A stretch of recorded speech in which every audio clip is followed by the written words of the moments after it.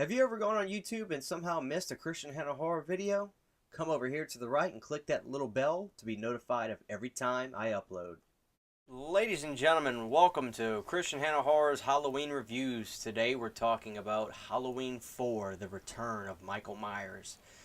6 years had gone by, and, I'm sure fans were probably like, well, this is it, there's nothing else. But lo and behold, out of nowhere comes Halloween 4, The Return of Michael Myers. It came out in a great year. 88 was probably the perfect time to bring him back. The movie has a great feel to it, just a great feel. Danielle Harris is one of the, has puts on probably her best performance she ever has. And it's funny because if you watch the movie, it's not like you say, oh, this is good for a child actor. No, it was good, period. Halloween 4 was good acting, period. And, the new sheriff in the movie, his name slips my mind. Slips my memory. He was in Goodfellas. He was the father of Ray Liotta in the movie of Goodfellas. He was so good as the sheriff. Played it straight. Nothing over the top. It's funny because the look of Myers is an interesting topic in part 4 because, in forums all over the world on Facebook and, people all over the world talk about whether they like the look of Michael in part 4 or if they don't like it. I fall in the first category. I do enjoy it. While it does have the mask has a cheaper, more generic look, it's creepy to me and I like it. It's a smooth texture, but very solid. There's no shaping. There's no jawbone in the mask. There's no bone structure in the mask at all like you see in the first one. It's just a very flat Dollar General looking mask, so to speak, but it works very well in my opinion and I like it.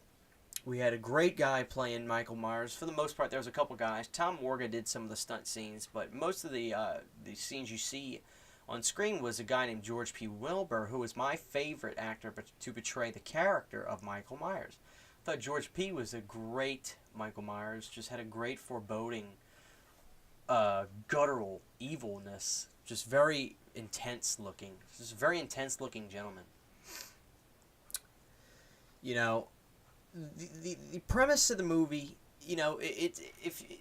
if you're watching everything in continuation, everything still makes sense.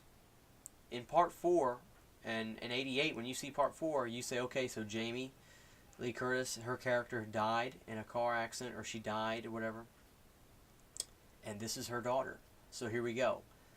Things aren't too skewed yet. Things aren't too weird for people yet. Everything has this, sensibility to it that you still feel, and that's a good thing. Part 4 did everything right. Part 4 did everything right.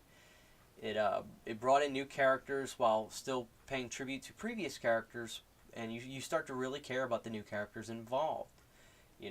It's difficult when you make a sequel, and you have, you do a notion to old characters you love, but you don't care about the new characters. You're not connecting with them. That can kill a movie. And this film does not do that. It succeeds very well at getting you on board with the new characters.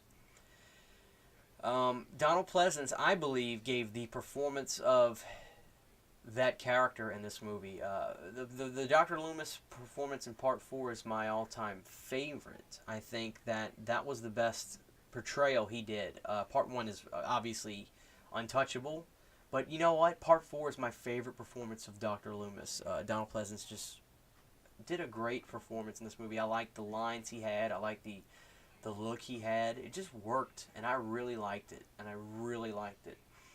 He's wiser. He's more cunning. He's more, this Dr. Loomis doesn't just wants to fight. He's going after him, and I like that. You like that about that character in this movie.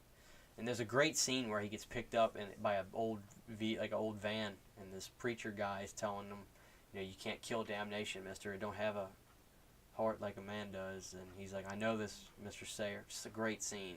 It almost seems a little silly because of the character, but when you stop and watch it and you just listen, it's a great scene. So there's a lot of great moments in Halloween 4. I definitely think this is a fan favorite as well. Don't really hear a lot of negativity about Halloween 4, which is a good thing. So I give Halloween 4, 4.5 out of 5 stars. You know what? I give it 5 out of 5 stars. Halloween 4 is a great movie. It's a great movie, and it's a great addition to the franchise. So nothing but positivity about Halloween 4 from me. So hope you guys enjoyed this, and see you guys next time when we talk about Halloween 5, The Revenge of Michael Myers. And this is where things start to get a little interesting.